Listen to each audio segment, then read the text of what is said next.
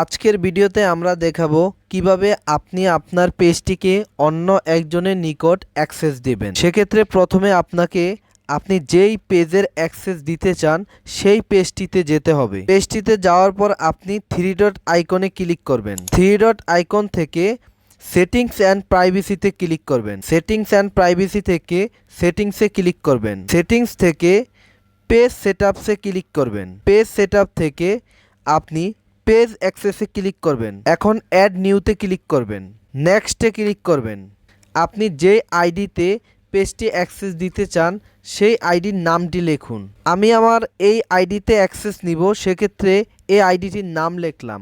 নামের জায়গাত আপনি চাইলে যে আইডিতে অ্যাক্সেস দিবেন সে আইডির ইউআরএলটিও দিতে পারেন। পোস্টগুলোকে ডিলিট করতে পারবে এবং সে নতুন পোস্ট করতে পারবে।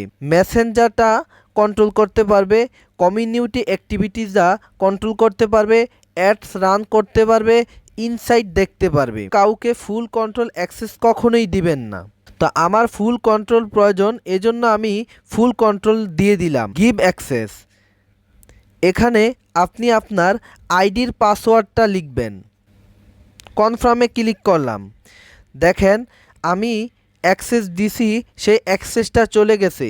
যদি আমি আমার এমডি সানি আইডি থেকে এই পেজটাকে অ্যাকসেপ্ট না করি তাহলে 31 দিন পরে এই অ্যাকসেপ্টের যে পারমিশনটা এটা চলে যাবে।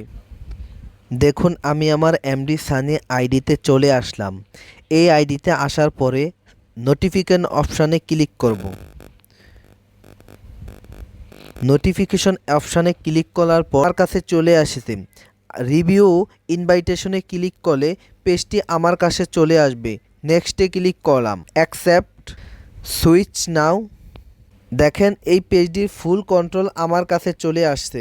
আমি চাইলে এখন এই পেজটিতে কি করতে পারবো, পোস্ট করতে পারবো, কমেন্ট করতে পারবো, সব কিছু করতে পারবো। যেহেতু আমি ফুল কন্ট্রোলটি নিয়েছি সেই জন্য সকল কার্যক্রমগুলো আমি করতে পারবো।